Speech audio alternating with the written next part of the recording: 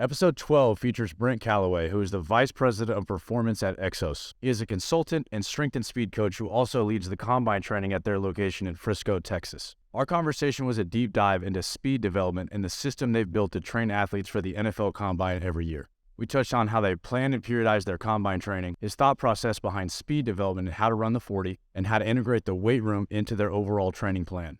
This episode is available on YouTube, Apple Podcasts, and Spotify.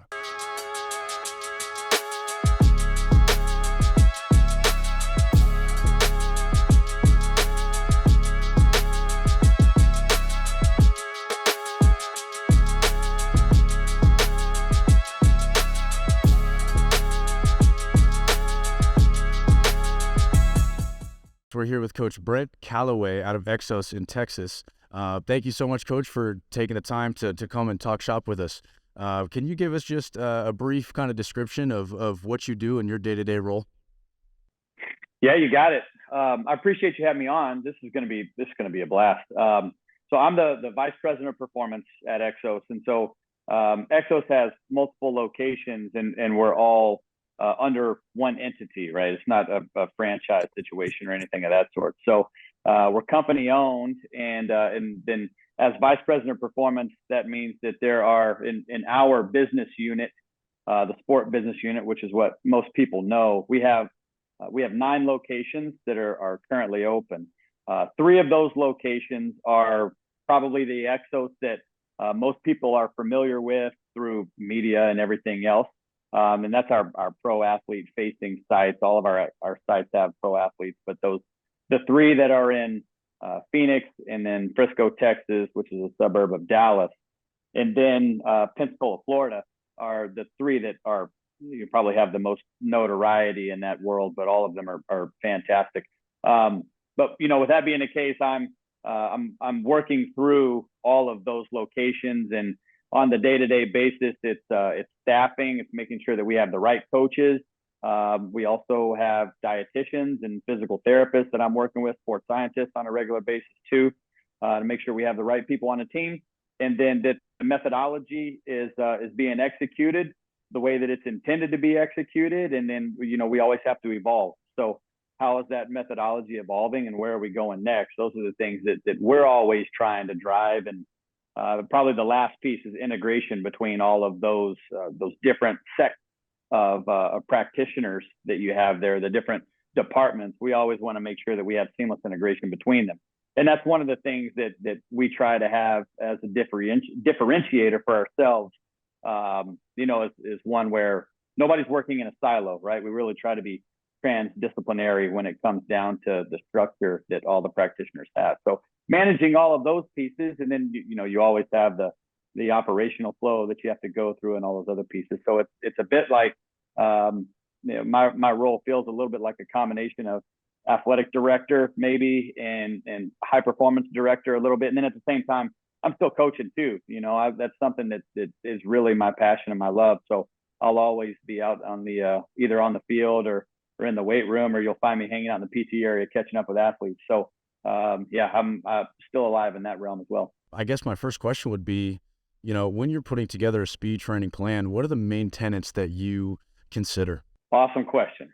All right. So, Lucas, do we want to go the route of generic speed program, or are we talking about if we have an NFL athlete in the off season, or are we talking about a combine athlete? Because those will be different things.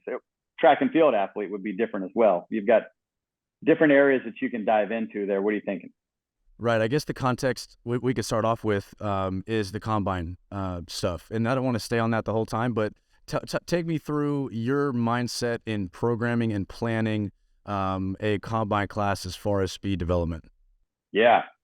Awesome. All right. So there's a lot to dive into inside of this one, but the athletes that we have come in and go through a pretty extensive evaluation process. And that eval gives all the practitioners in our building arms them with all of the data that we could get in one sitting, so that we can go back and start bucketing athletes into different customization levels or categories, right? So there's quite a bit that when we're programming, we're trying to take into account, because it's speed is not created in a vacuum, right? And when you're talking about a combine training program, specifically at the NFL level, there are a lot of specifics around the type of load that you want to put the athlete underneath, the type of athlete that you have, which you've got American football players, right? So, and you have all different shapes and sizes and speeds and ranges of motion and power outputs and deceleration levels inside of, that the group that you have. Our typical group size is about 40 to 50. So we almost have like an active NFL roster that we're managing. And every athlete is as equally important as the next one inside of our program. So we want to give them as much love as we can. So there's a lot to dive into, right? And in the eval process, which is probably the easiest way for me to articulate how we program, they'll come in, sit down with our dietitian first, and they get a DEXA scan so that we know exactly what we're dealing with from a physical makeup standpoint. And then we also have anthropometrists come in and measure our athletes, which give us loads of data. We've been on that for 2 years now.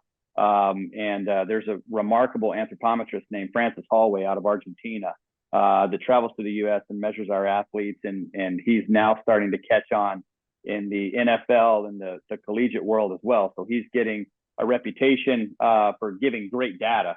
But with him, one of the factors that we get that's very important to us is muscle to bone ratio.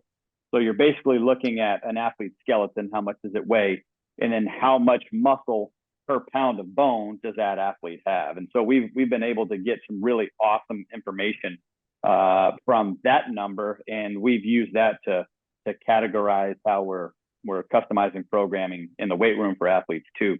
And it might lend us some more evidence on like why we see the movement signatures in an athlete's running style that you might see. There's probably some muscle to bone characteristics that are telltale inside of there that we think we've identified a little. So we do that. And then, we obviously get body composition and things of that sort. And so then that starts to feed the athlete's fueling program and also lets the strength conditioning staff, the performance staff, know which direction we want to go. If we're going to end up increasing mass on an athlete or decreasing mass or keeping them right in that same zone. And then from there, they would end up going over to our physical therapist. And they sit down, they go through their long laundry list of injuries that they've had so that we have visibility on that.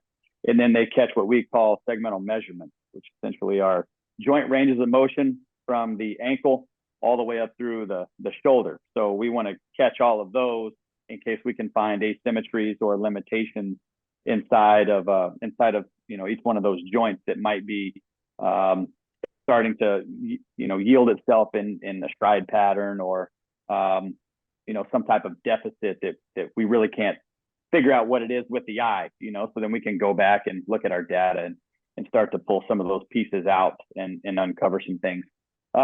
They finish that, and then they go over to our sports science area, and we have a coach that takes them through force plate diagnostics.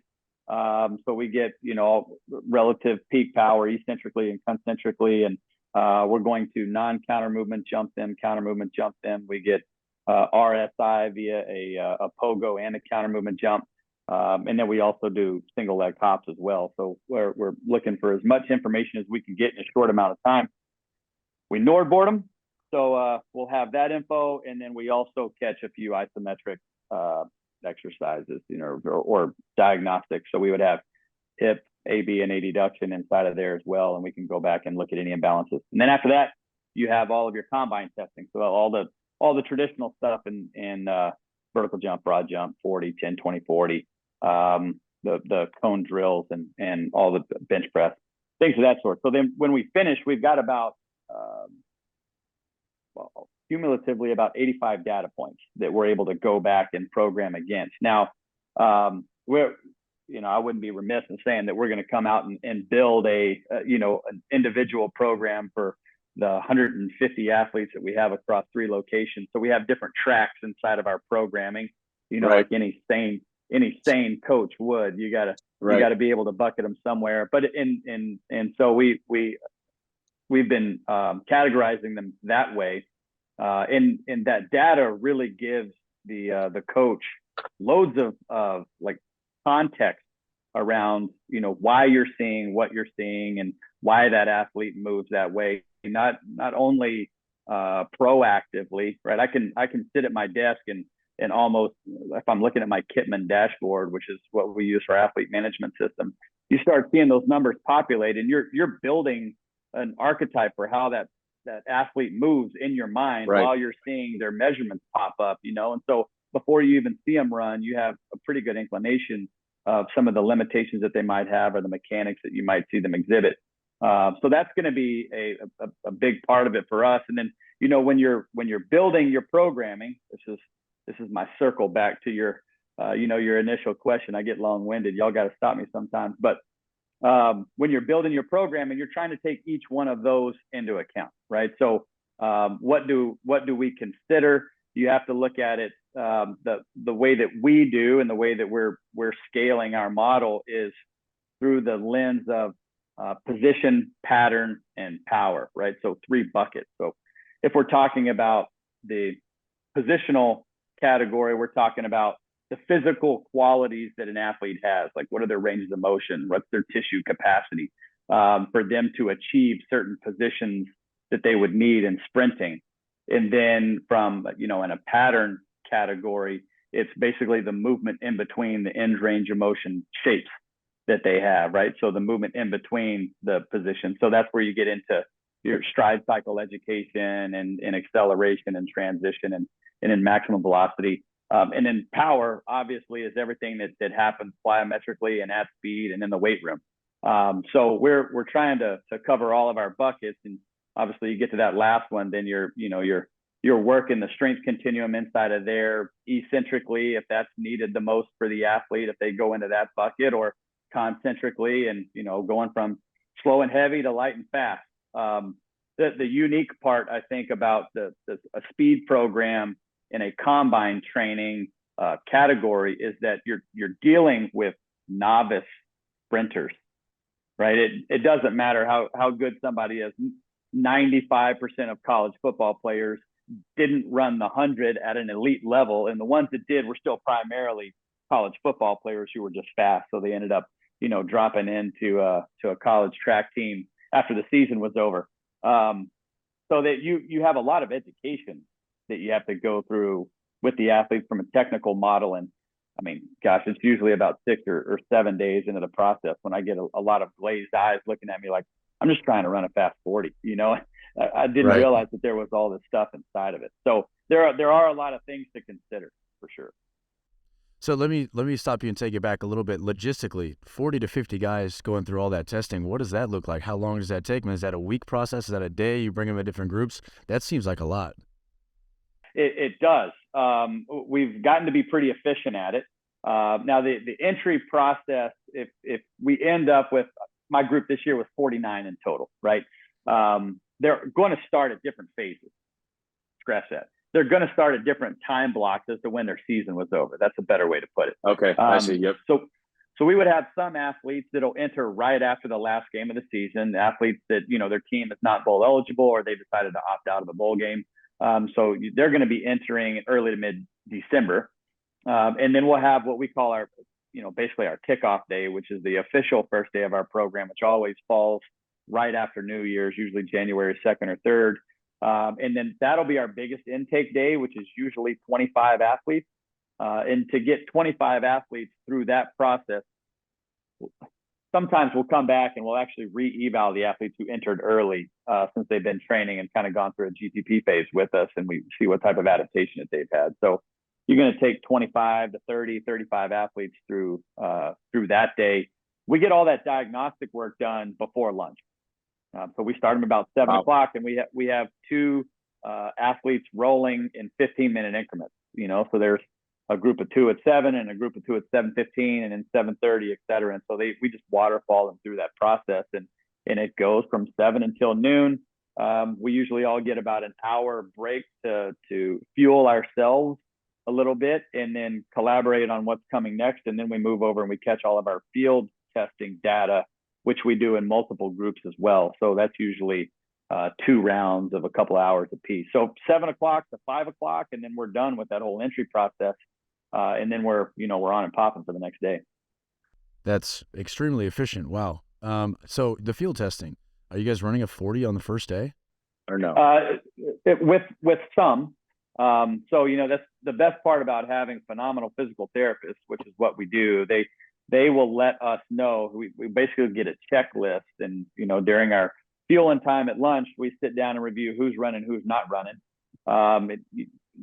What you're going to end up with a lot of the time are athletes who have just been through a brutal SEC season or Big Ten season, and are coming in pretty banged up. And so if we have 50 to 55% of our athletes that are running on that day, then we try to catch it. If for any reason we have any hesitation around them running, then we hold them out. Most athletes want to run whenever they come in most of the time. So we'll have a few opt-outs, and I tell all of them that the first day of this program, there's not a single general manager, head coach, scout anywhere in this building. So if you do not feel ready for this, if you don't feel comfortable with this, if you get halfway through the warm-up process and don't feel good about it, then don't do it. That's okay, and so we can come back and we end up monitoring speed on a weekly basis, a couple of times a week anyhow. So it's very important for us that we know exactly where the athlete is going to end up in the process, right? So when Mike Weinstein's timing these guys at the NFL Combine, we want to make sure that we are we're aligned as congruently as we can whenever it comes down to what that athlete's going to run there, so we can make great decisions for the athlete, and everybody is on the same playing field as far as expectations. So you mentioned all those pillars. Now you've done the testing, you've identified what the pillars are and what the movements are going to be, and kind of categorized guys into different I guess categories. What is the next step? Yeah, the next step is the practical application, right? So we'll get all of that put in place, and then they come in day one for the training process. So we run a multi-group model. It's typically 3 or 4 groups, and athletes are broken up into position group sessions. So you'll have your bigs will be in one group, and then you've got your receivers and quarterbacks in another, your wide receivers and running backs and tight ends in another, and DBs in another. So and then we see those guys multiple times a day. But they come in and they start going through mechanical education, right? We like to call phase 1 of our program, those first 2 weeks, like the intro period, right? It's like it's like if you're introducing a playbook to a group of freshmen that are coming into the college football program. It's install weeks, right? So they've got new people that they're coming in to learn from and to work with, and have to trust right away. They don't know us from anybody most of the time, right? So we have to be able to gain their trust very quickly. But we start there, and we go through, obviously all of our pre-workout stuff, so we call pillar prep, their mobility and stability and activation portion, get them right into their dynamic mobility section, and then we go into speed work and multi-directional ability pretty quickly. And it's all foundational for the first couple of weeks, so you'll see lots of things like, if we're still talking about position, pattern, power, we're going to be heavy on the position and a little bit in the pattern realm in those first couple of weeks. So you see lots of wall drills, isometric holds, mechanical education, some things like that. You'd see us work towards some resisted march, bound, runs, some things of that sort, right? Where we're giving them the education of the pattern that we want them to execute. And then also learning more about them and kind of seeing how those segmental measurements come to life, right? It's like, I always draw the analogy back to like cooking with a chef. It's like, if it says that I need a half of a teaspoon of salt, what's that really going to taste like? And everybody's got, a little bit different flavor palette. So I might have to have a little bit more of something or a little bit less of something else. But, you start looking at those numbers, and, for athlete A, it comes to life like this when I watch them move and inside of those movement signatures that they have. And for athlete B, it might be something different. So then the same exercises can get prescribed in different ways. Like plyometrically, right. Some athletes are going to spend more time on the ground than others. So can I give cues that help them produce force in a better way for what we're trying to elicit with, with our speed training. It kind of tips us off in that. But yeah, those first couple of weeks, they're learning how to change direction. We're learning about them. They also have to learn, the basics of what they're going through, because they just came through a football season. They haven't been thinking about all the combine tests, and a lot of them don't know that it's a 5-day process. They just think it's what they see on TV, so they don't know about everything else that they have to go through. So there's a lot of education on that, and most of the athletes that we have are with us anywhere from 8 to 12 weeks. So it's got to be sped up. It's an accelerator, right? You go from somebody walking in and dapping them up for the first time to hugging them at the finish line whenever they finish and everything's done. That happens really quickly. So you're trying to build as tight of a relationship as you can inside of there. So you touched on something that I think is really interesting. The different movement signatures, even within the same exercise, within the same group. And so a lot of that, would it be fair to say that, you're just making decisions on during the training session based on your intuition and your coaching eye, seeing these guys move? So would that be fair to say? No, 100%. Yeah, definitely. Now I think that everybody is probably in a different phase of their career and at different experience levels. I could not have done that when I was in year 7, 8, 9, 10. This was my 19th year. Next year will be my 20th year coaching athletes for the NFL Combine. So with that being the case, and you've seen 500 athletes in this specific instance, right? And this isn't talking about getting ready for gameplay scenarios. This is a very specific need that they're coming in for, through the evaluation process. So, it also benefits me quite a bit that I've now been 15 years inside of one methodology, right? The EXOS system, and one that I've been able to teach through our mentorships and onboard new employees with, both from a physical therapy and strength conditioning perspective. I've been able to really get a hold of that methodology and know that very effectively. So when you have, I think, a firm grasp of the methodology that you want to implement, and then what the end result is supposed to look like, and then you can weave in there, 15 plus years of experiential wins and losses, all those things stick with you too. So when you do that, then you've got the ability to come back and go, okay, here's the program that's coming out, and here's what we're doing today. I've got you 3 athletes. I want you to move over here. When you do this exercise, you're going to do it in this manner, and the other guys are going to do it in this manner, right? And so you can work your progression, regression list there too. If you've got somebody with an injury, you're going to step down the regression list a little bit and give them something that might be lower impact, or somebody else might not benefit as much from a mobility exercise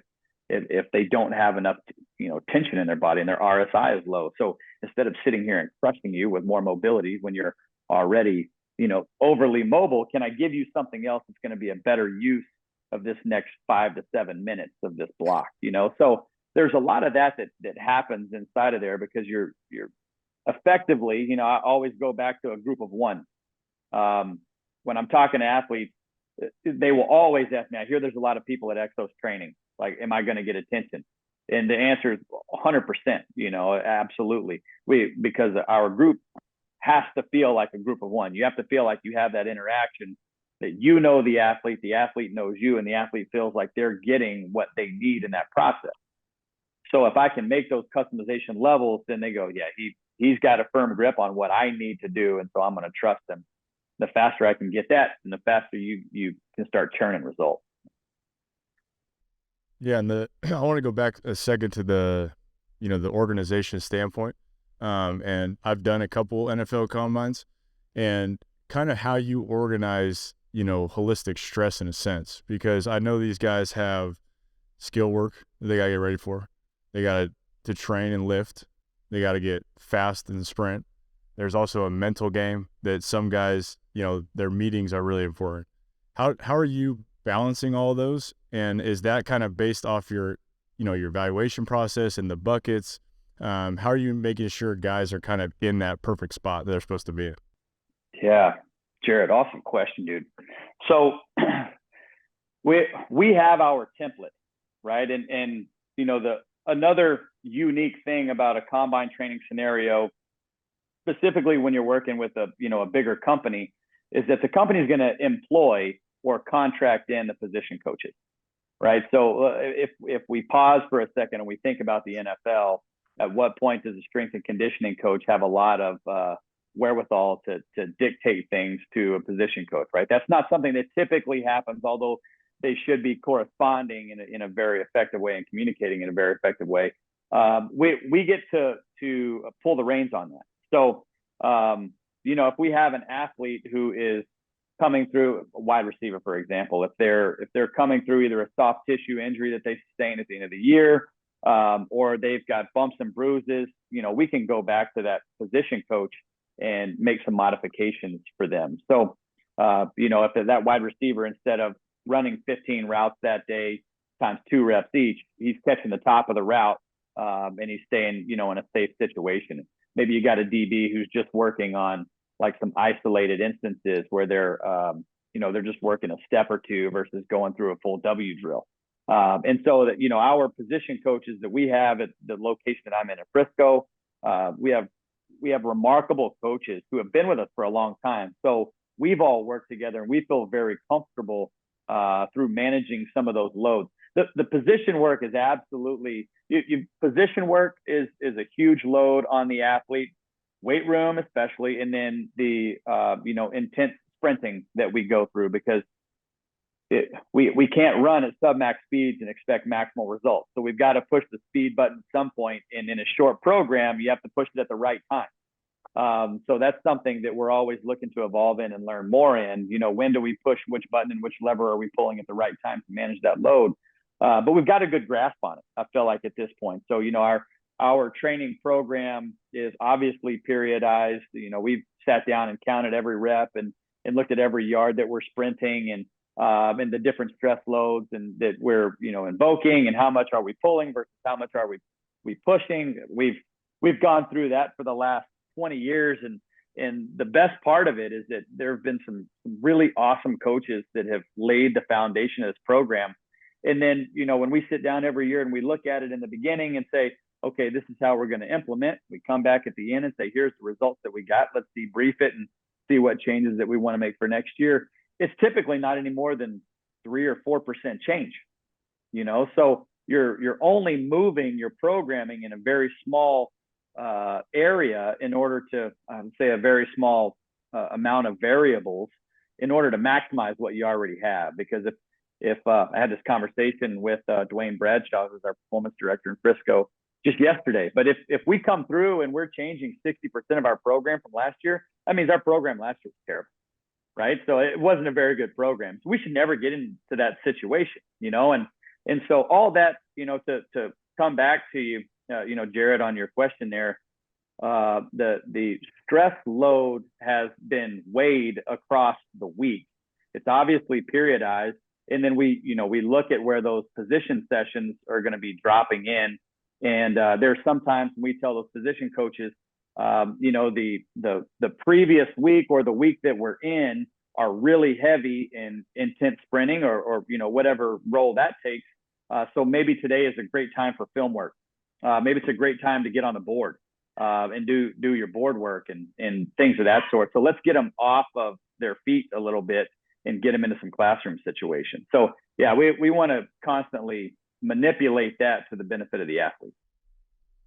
And in terms of stress, the neuromuscular demands of sprinting obviously would be probably the highest level of stress your athletes are going to be going through. Is that how you prioritize what your week looks like? Is it a high-low model? Take us through kind of what maybe your typical week looks like as far as loading and periodization. Yeah. Again, awesome question. So starting on a Monday, we run a 6-day week currently, and we have for a long time. But on a Monday, the athletes will come in and they've had quite a bit of lower body rest since then. Their last lower body lift will be on a Friday, so I'll circle back to that. But they've had 48 hours off of their lower body, and then they'll come in, and on that day we our speed session is set up as an absolute speed session, right? So maximum velocity. So we'll go through our dynamic warm up after our pillar prep is done and the athletes have gone through their soft tissue stuff.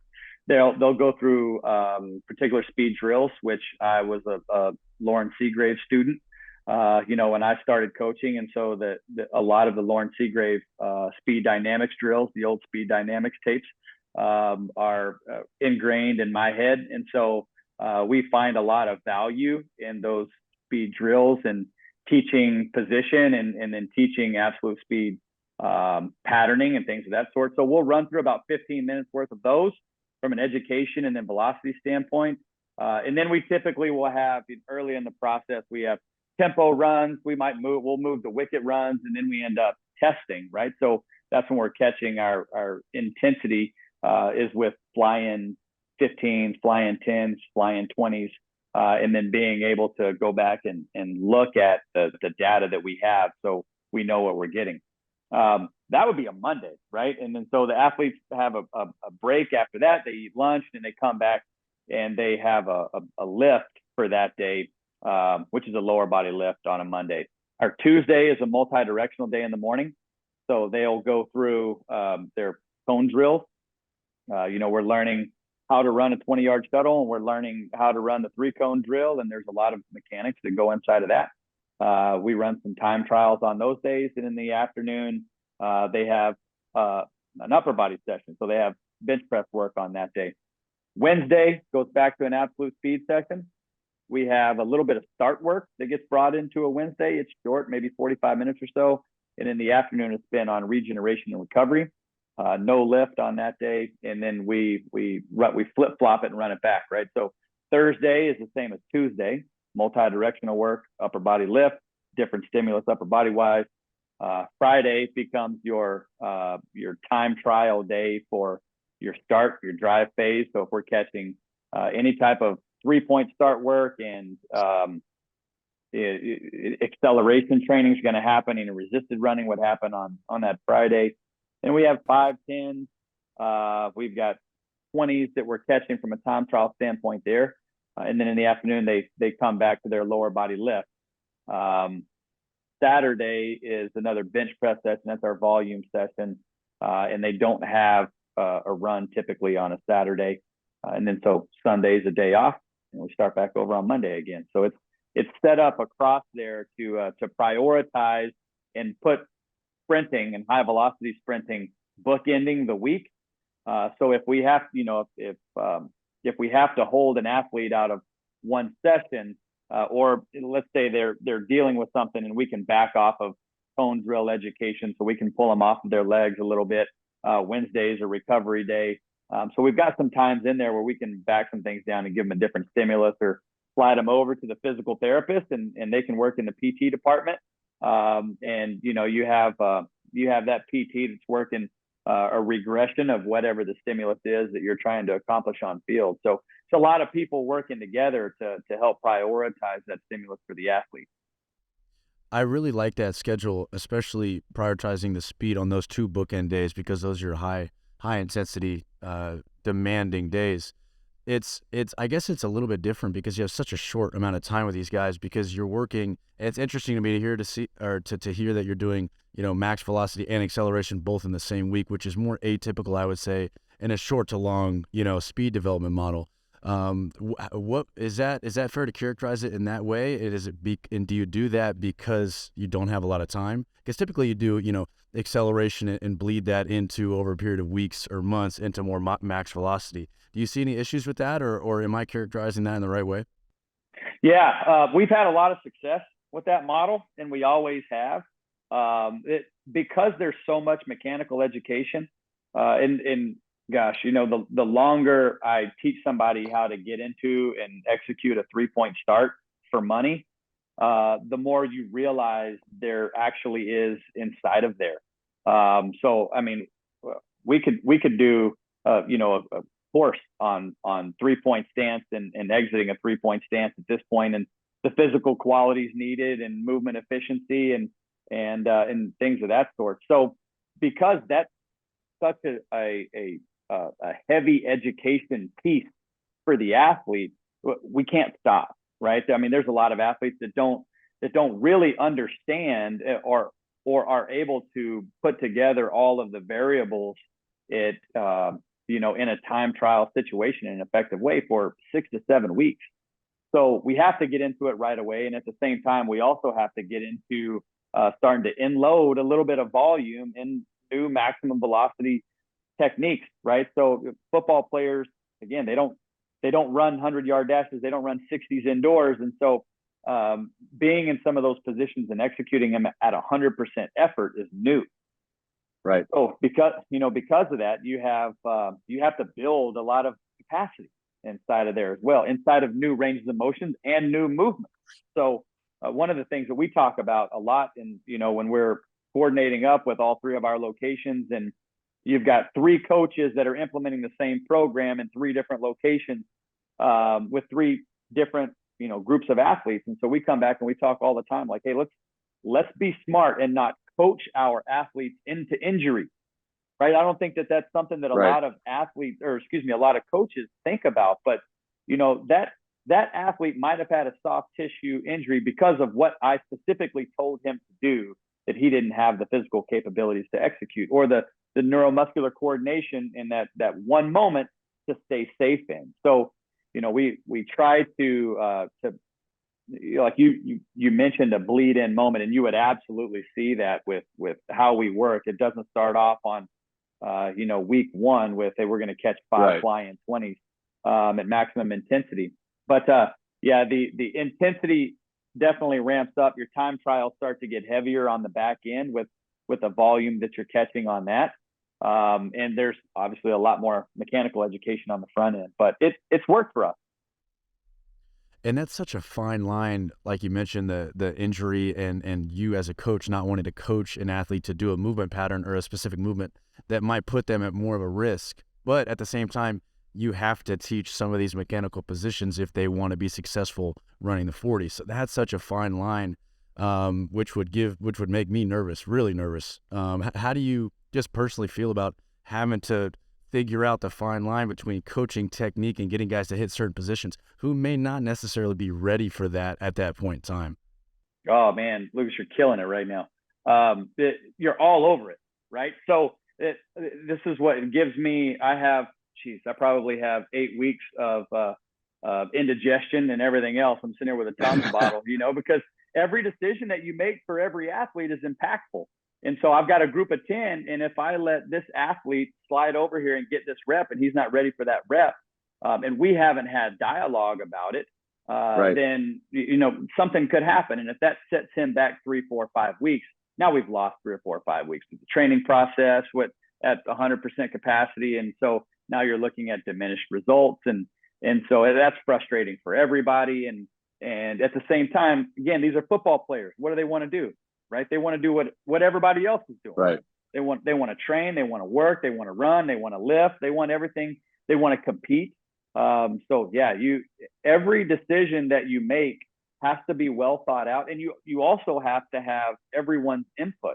Right. So there's a number of times that the dietitian will come up to me and she said, hey, I did hydration testing on these guys today, and these 3 are really dehydrated. So I don't feel comfortable with them sprinting full speed if they're not hydrated. And so I've got to take that into account and tell them, hey, you got to go with the next group because you got to go, drink, a bottle of electrolytes and get some water in you and use the restroom once, and then you can come back out and jump in with the next group. But things like that, and things like your coaches that are in the weight room coming up and saying, I was watching this athlete move the other day in the weight room. I noticed X, Y, and Z. Maybe today's not a great day for him to be sprinting. Kid, reaches over and he's rubbing on his hamstring in a lower body lift session. But he doesn't, inside of one of mine, I have to have that information and I have to be able to have dialogue with that guy, right? On, what are you feeling? Which again, going back to college football players, you get, one of a few answers, and that's like, I'm cool, I'm Gucci. Right. That's my favorite one. I've tried to like wrap my mind around Gucci.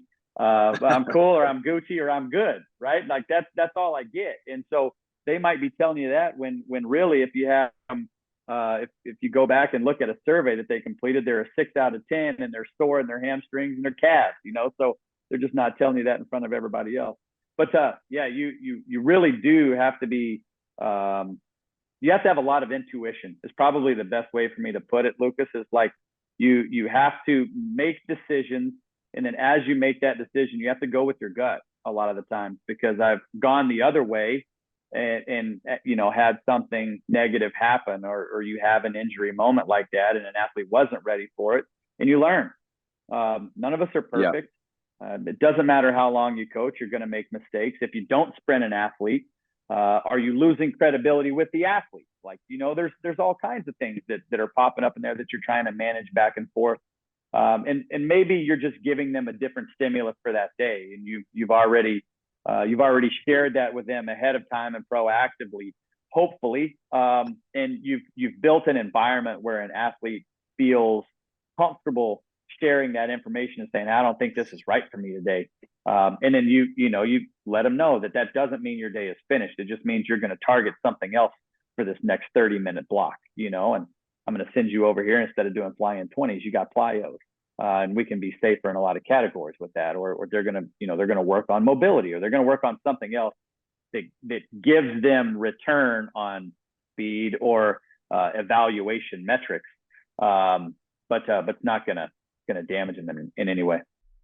And it's so cliche to say, but it really is the art of coaching. I mean, you hear that all the time, and it's cliche to say, but it's so true based on literally watching guys warm up oftentimes. Or if a guy's kind of leaning over and doing the old hamstring stretch, okay, now you got to go and have a conversation. Hey, how you feeling? Why are you stretching your hamstrings? And then maybe they open up, hey, I'm really sore or whatever. But that's just the art of it. It's not black and white. And so like you said about experience, year 7, 8, 9, you still are learning things. Year 20, you're still learning things. So that to me is a huge takeaway, because it's not black and white. You can't read, a paragraph in a book and be like, okay, I know what to do. This, I got to do X, Y, and Z. No. It's not that easy. It's not that simple, Yeah. Boy, you crushed it. You're absolutely right. I tell everyone, I am not a coach or a person who learns from a book, right? I am a trial by fire learner. I learn by doing and taking wins and losses, and then starting to collect those wins and losses inside of categories in my mind and memories, right? And so you go, okay, in this situation, I've been here before 4 times, and it's played out this way when I've done X or Y. And so how am I going to make this next one work? And you start combining and bunching all of those memories and the contextual information that you have. And the more that you have that, the more, to me, the more that the textbook makes sense, right? And so somebody else's experience inside of 30 years of coaching written down doesn't always mean that that's going to be the same experience that the next person has. The athletes can change over that time. The exposures that those athletes have had can change over time. And so, you really have to get in and do, right? And so one of the best things that I feel like in my career, which I've been very fortunate to work for some awesome people, but I worked for a company called Velocity Sports Performance when it was in its early days in 2003, 4, 5, and 6. And man, I worked with so many youth athletes, 100 plus every day. And so when you see that many athletes and you can really start to hone your craft, it's just repetition. You're watching human movement over and over and over and over again. And so you start to see repetitive things, and you start to understand different archetypes of athletes and things like that before you even know the words. You've just got that context derived, and then you can go back and play it out years later with athletes who are 3 times the size and 5 times the speed. But it's a lot of the same stuff. And now there are a lot of young coaches that say, hey, how do I get involved in a program like this? How do I end up leading a program like you are? And the first thing, be careful what you wish for, because I don't know that everybody wants agents calling them every night at 9 o'clock at night, holding them accountable. But and, kind of working through some of the trials and tribulations of these players and agencies. But at the same time, like you have to have volume. You have to have coaching volume, and in order to call the right play against a certain defense, you need to have seen that defense multiple times and know the personnel on the other side of the ball, so that you know where you've got them, when you've got them, where you want them, and then let's see how this pans out, and then that goes in the memory bank, and you've got that one forever to as contextual information to weigh your next one against. So yeah, there's a lot. Yeah, I mean, I think we've talked about that on this podcast so many times about younger strength coaches that see certain things and they think like, oh, just online training or this or that, and they don't see the years of training hundreds of athletes a day. If it all just the volume of training, that we've both been through, working 12-hour days, seeing athletes, that part is crucial for development as a strength coach. I don't think any book, any mentor can teach you that unless you're, in it every single day, all day, and seeing human movement. I had one more question about the combine, and I'm a believer in what I've done for the last few years with my client was that we kind of matched the movement section, the, whether it's acceleration or multi-directional work, whatever it was for the day, with qualities that we were using also in the weight room. Do you guys have that connection to where it's kind of blended together to where, or is that something you guys focus on? Yeah, great question again. And we do have that. So, one of the areas that you'll see that quite a bit are in the auxiliary areas or the pillar prep areas. So, if I'm going to go out and take an athlete through an acceleration session, what are the qualities that they need to have for acceleration? And so if that takes itself into the weight room in the beginning for, ankle mobility and soft tissue on the lower leg, so that we can get into, creating really aggressive shin angles in a 3-point stance. Or if I've got a multi-directional day, I have to have, hip ER and IR to get into and out of turns. Same thing with maximum velocity sprinting. I've got to have hip IR in order to hit some really good positions. And so being able to prioritize some of those things and then lead into what you're going to have on the field in that training instance. And then that's got to carry over into the weight room too. So, your plyos are your bridge between the field and the weight room. And then when you get in the weight room, are you loading the patterns that you need for those other days? So, I kind of ran through what our microcycle looks like, but on an acceleration day, you'll see us doing more lower body pushing. On an absolute speed day, you'll see us do more lower body pulling. It's obviously after the fact. So those things can work out pretty well, and they blend very effectively together. Coach, I'd love to touch on that a little bit more, kind of the whole conversation around the weight room, because obviously to me, the weight room and the field work as far as speed, they have to coincide. They have to complement and supplement one another. There cannot be competing demands of stress or load or volume. And it's funny, there's always a conversation, on Twitter and strength coaches on, strength and speed and what just the conversation around max strength development as it relates to speed. So I guess my question for you is, and going back a little bit, a lot of track coaches, just in my experience, don't even quote unquote believe in the weight room, So to me, it's critical, and it is a great way to, improve certain qualities. But take me through your just general thought process on the weight room as it relates to speed and or programming the weight room, in consideration with the work on the field. Yeah. All right. So, Lucas, you're talking about being able to ensure that the athlete has what they need to have to execute the movement that you want them to execute, right? Or what is needed for the sport. And so because of that, you have to give them the stimulus that you have to provide them with that stimulus to execute it. So if we're talking about an athlete who is running 200 meters, they are going to have very different stimulus than an athlete who's going to run a 40-yard dash and weigh 330 pounds. A 200-meter runner has a very different training life than a football player does. So I think there are different worlds inside of there that they're exposed to.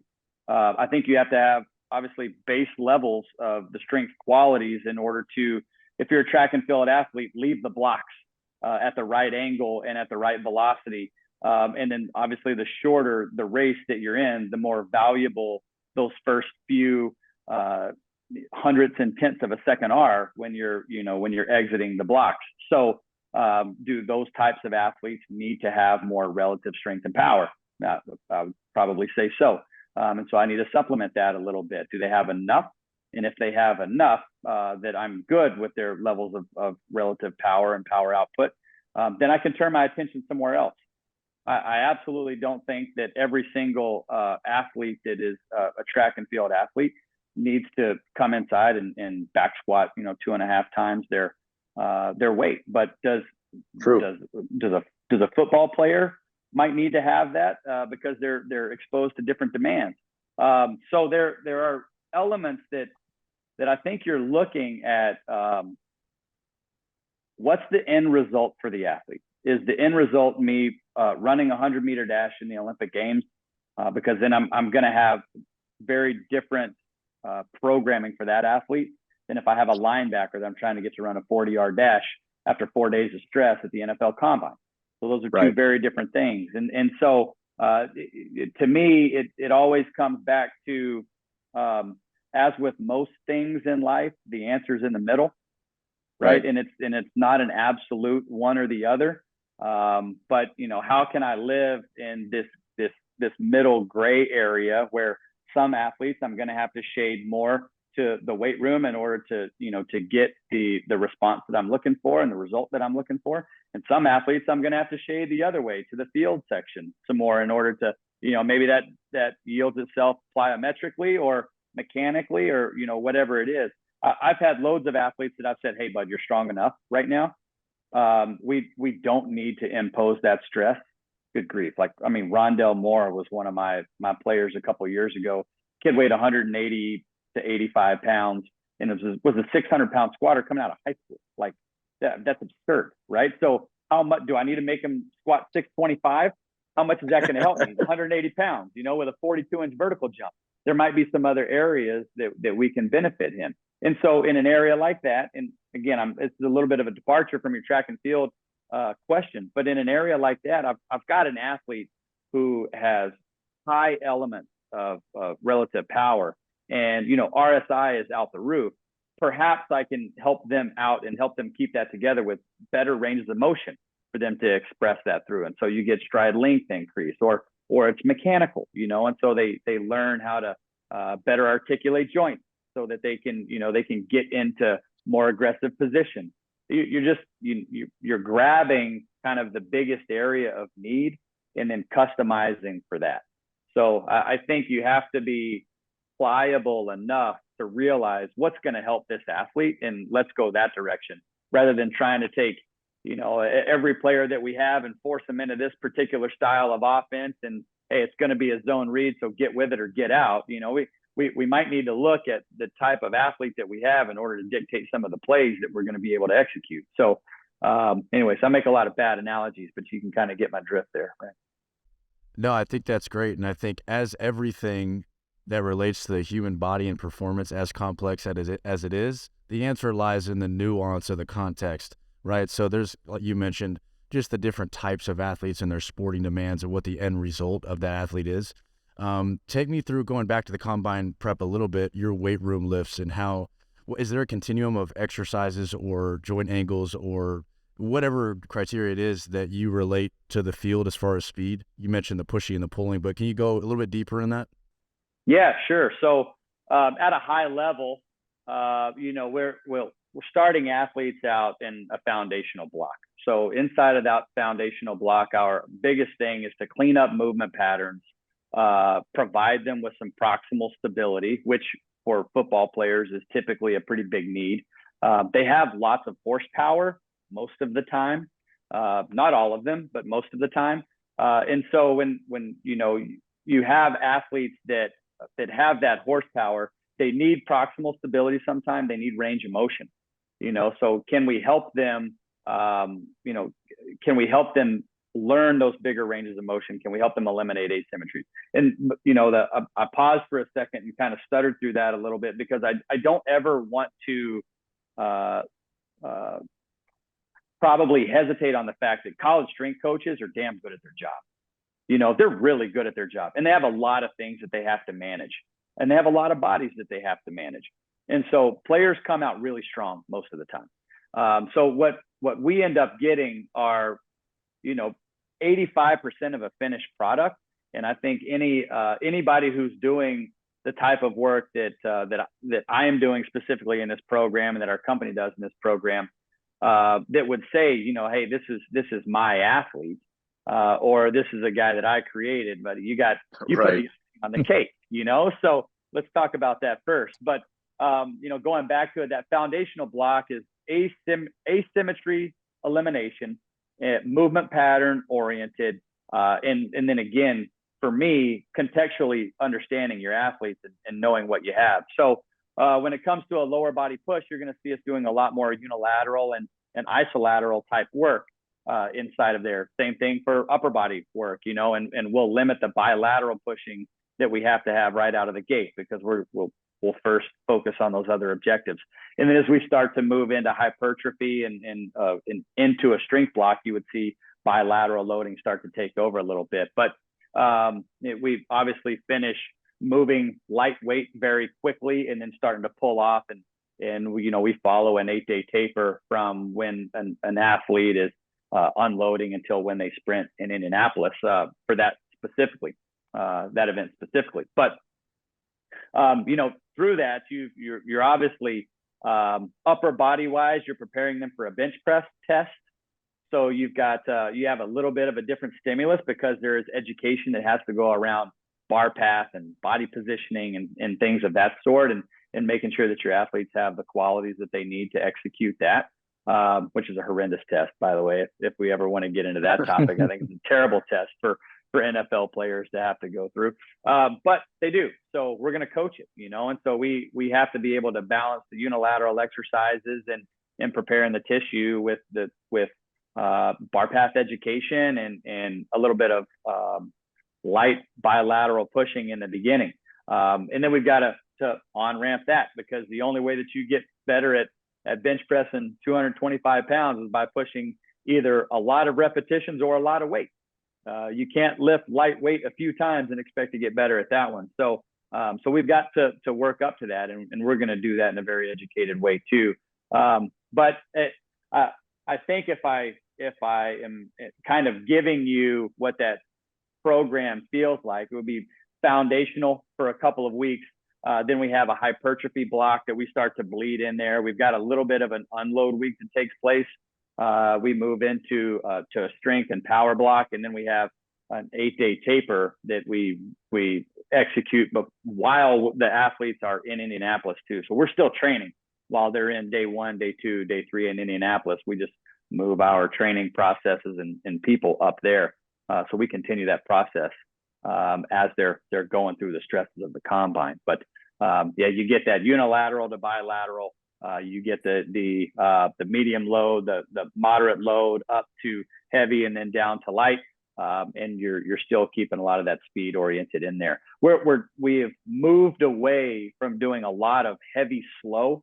So we're trying to eliminate the heavy slow moments, in particular with our lower body exercises. We've actually seen really good results from that too. And athletes feel a lot better also. So that's a big part of it. And maybe does that go to your point about most of these guys are coming from a 4-year collegiate program where max strength has been pushed, not in a negative way, but your guys are highly trained and very strong, and most of them probably have a high level of maximal strength. So in your 8 to 12 weeks with them, why would you continue to, turn up the heat on that specific quality, right? So is that kind of characterizing what you're saying correctly? Yeah, quite a bit. And I'll also say that, like, I feel like in recent years, if I'm going back, like unilateral plyometric load is something that's relatively new to most of them. They've had a lot of bilateral load, but unilateral plyometric stuff, both from an extensive and an intensive perspective, is something that they're learning how to do and how to coordinate. So there are some pieces inside of there. Again, I use plyometrics both in conversation about speed and conversation about the weight room, because it all yields toward the end result. But yeah, you have to take that into account as well.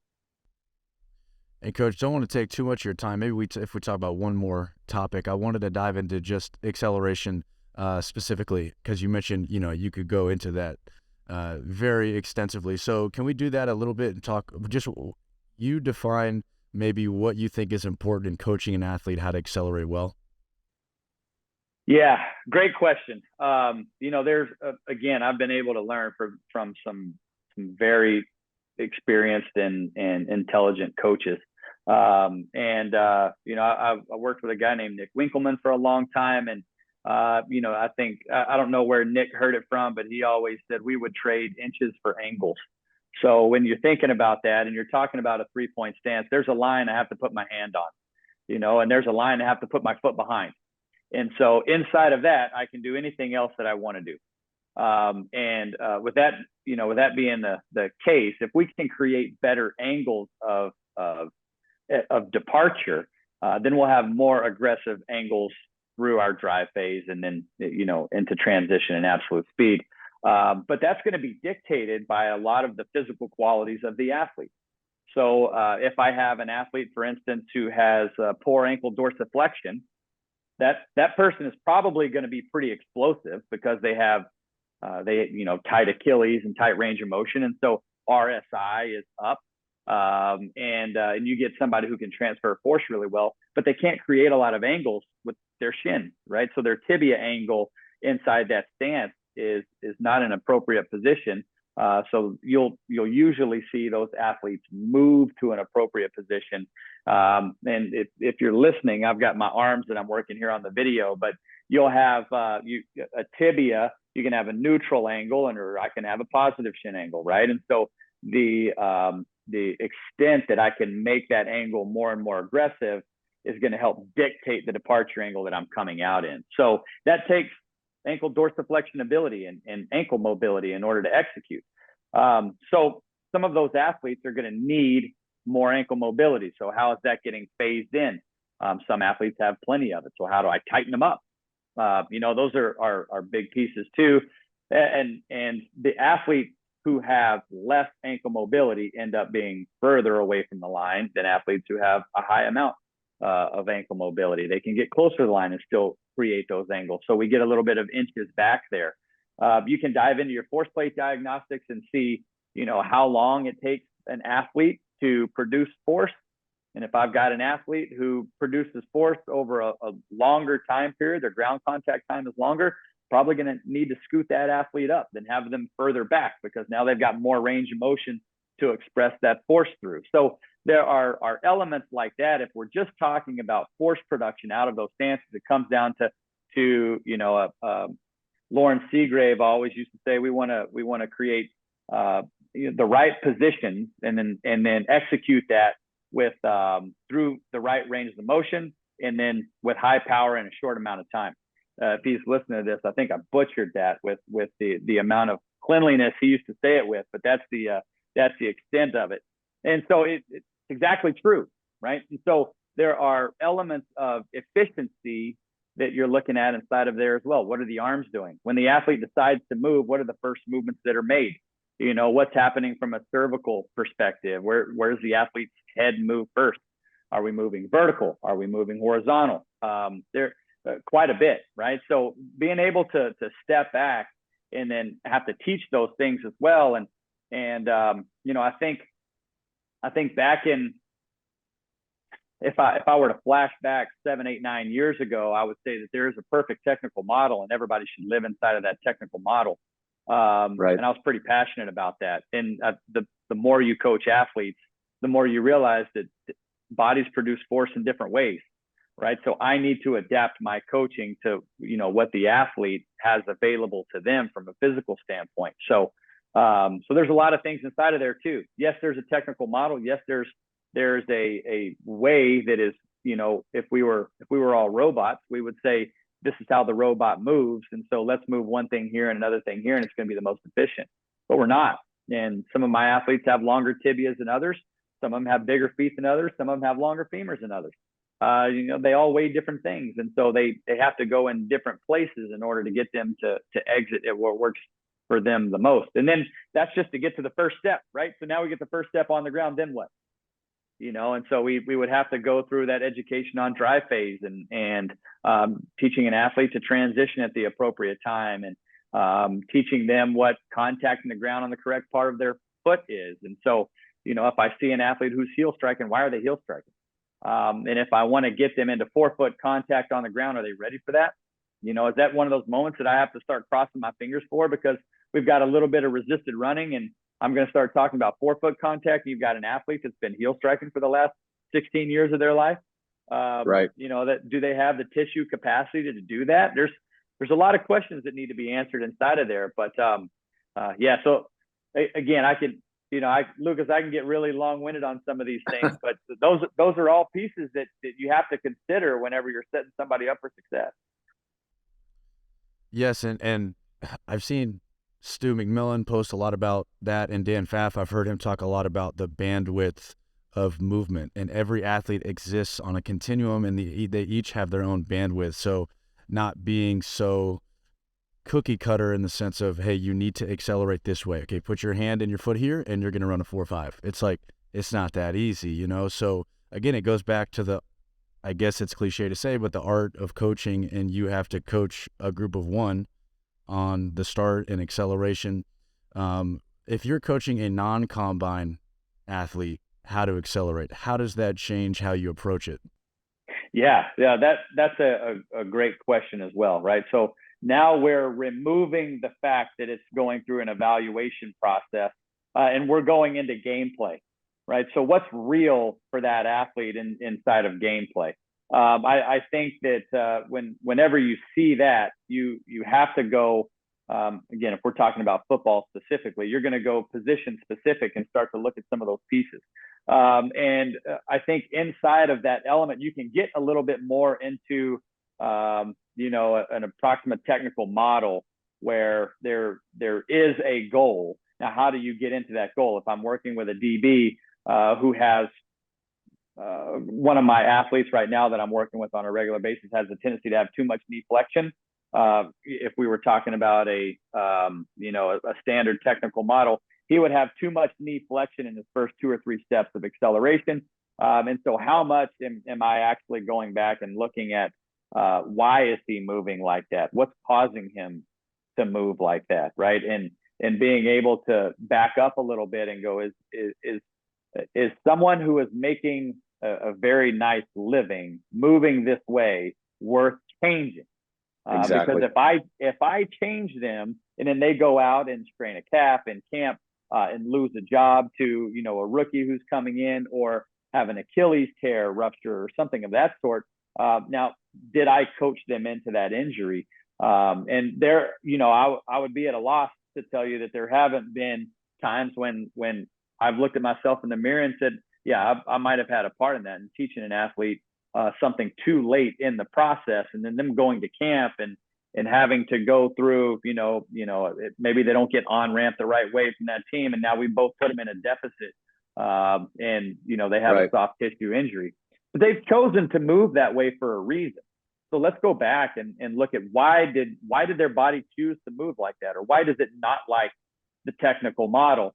And if there's no inclination that they have a capacity issue, then let's move forward with implementing the technical model, right? Depending on the amount of time that we have to do that. But if there's any time in there that I look in there and go, you know what, I'm hesitant to do that because of the potential of this injury popping up either now or later, first game of the year, second game of the year, when those injuries do pop up. I think you have to take those things into account and say, all right, well, let's deal with what we have, and looking up the chain that, you kind of get into the conversation of, low heel recovery, right? So the technical model inside of low heel recovery, and going back, should every athlete move that way? Well, I think that there are some that are predisposed to move that way, and some that might not be predisposed to move that way. So for instance, I've lately been looking at, torso position and anterior pelvic tilt, and how much laxity does the athlete have in their anterior core, their pillar, and does having some of that laxity not allow you to activate hip flexors and activate down the chain into anterior tibialis and things that are needed in order to start that forward movement of the foot in an early instance, because you've got somebody who's sitting in a poor postured position, and maybe that's that they've got that natural cross position where they're long in the wrong spots and tight in the wrong spots, and so we're trying to find balance there, but they may not be able to execute that technical model because of that position. So for me to just perseverate on the fact that you have to move your foot this way is not always true. And dang it, if I didn't figure that out by telling an athlete one time, just, hey, I need you to keep your angle as steep as you can and run as hard as you can run, and that kid ran 4.34 at his pro day. He didn't do any of the things that would be inside of the technical model. And so draft stock goes up, he gets drafted really high, he gets paid, and so everybody wins. So those there are elements inside of there too where you can't always turn a blind eye to it. Look, we know we have to push the ground versus pull the ground. We know we have to be in really good body positions in order to accelerate those positions. The more I need to accelerate, the more aggressive my brake needs to be. The more I need to produce force in the ground and push in order to to cover ground and displace myself. I need big ranges of motion to be able to take big, quick, high velocity steps and high frequency steps and cover that ground in a short amount of time. But all of those things, they live inside that technical model, and you've got to go back and say, what's right for this guy? And I think that's where I have struggled, and I think maybe a lot of young coaches have struggled, is how much do you think you need to make the change that, you see, or is it just like you said, there's a fine line between figuring out what to change and what not to change and how to coach them. And, I think that's an important lesson. So I appreciate you going into that. Yeah, you bet. And look, if I was coaching middle school and high school athletes, I think you have more freedom and room to move toward the appropriate technical model that you want to employ, right? And yes, then as that starts to change to an athlete who is either in the collegiate space or starting to be a professional athlete or an elite sprinter or something of that sort, then your variables that you're trying to manipulate become a little bit smaller and are much more valuable in what you're doing. So I don't want to say that it takes more mental bandwidth, because I've worked with high school athletes and I know that takes a lot. I've worked with middle school athletes and I know that takes a lot. At the same time, I think you have to be a little bit more pliable when you're making decisions with people's career. So you have to really think about the right decision and have a lot of communication on what that right decision would be with your whole team. So, and Coach, maybe one more question, and we've asked, I think, 3 or 4 of our guests so far this question, and I think it's a good way to end it, is what is something that maybe 10 or 15 years ago that you were dogmatic about that you've now, changed your mind on? Yeah. Gosh, I might have led into that one a little bit early, because I do think that 10 years ago, I would have told you everybody has to sprint like this, right? Everybody has to get into these positions. If they don't have these positions, it's not going to work. So you're forcing people into those things. I think I also would have told you that every athlete needs to do everything. Every athlete needs to go through everything in the weight room, because it's there for a reason. Dadgummit, I wrote it down on this piece of paper, and we're going to do it because I wrote it down on this piece of paper. And that I don't think that's true anymore. Even when you start talking about the NFL combine, does every athlete have to go through every single test? I don't know that that's true either. The longer you do that, the more every athlete's in a different situation. So I had Will Anderson this year. Will Anderson didn't do every test, and that was intentional.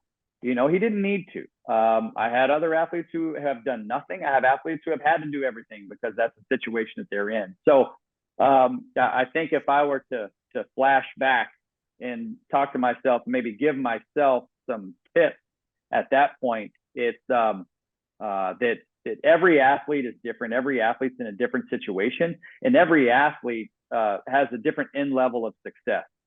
And let's identify what that end level of success is. The one thing that I can tell you about our NFL Combine program is that our end level of success is not to go out and run the fastest 40 possible. Our end level of success is to increase draft stock. And so because of that impacts the athlete in a way that is extremely relatable. And every athlete has that exact same goal. And so when I'm talking to a potential client on the phone and I articulate that being the overarching goal, both to them and their families, I've never had anybody come back and argue with me, and now is a 40-yard dash going to play a role in that? Absolutely. Right. And so because of that, we need to be spotless in our presentation of our coaching and the strategies that we make, but it might not be the right answer for everyone, so how are we making the right decisions for that athlete along the way? That's going to be something that I feel like is that you learn experientially throughout your coaching career as to what really matters. And you have to take some of those losses to understand if what matters and how much it matters. Probably the last two things that I'll tell you, if I had to flash back to early coach days, is that I undervalued sleep, I undervalued outside exposure, and I undervalued fueling appropriately, and the education behind those things. And even at the elite level, gosh, I had a conversation with two athletes the other day who share the same chef, and coincidentally, both of them are increasing in body weight. Right. So it's like, hey, do we need to have a conversation with the chef about what we're putting in the food, or what type of meals we're providing? And Mark Verstegen always used to tell us these athletes are they're going to come in here and train for 2 hours a day. What are they doing with the other 22? So can you build a perfect day for the athlete and let them know sleep strategies, and this is how you set up your room, and this is how you prep for going to bed, and this is the environment that you build for yourself so that you can take advantage of all that growth hormone that wants to come out. You can get all of those stages of sleep to be done the right way and executed the right way, and I can follow the right rhythm day in and day out so that my body can track that and adapt really well and heal up really well. And then how am I fueling? What am I eating for breakfast? How am I fueling throughout the day in order to adapt really well? And he always told us, it's the old adage, you can't out train a bad diet. We know that. We also know that you're only going to adapt as fast and as well as you can recover.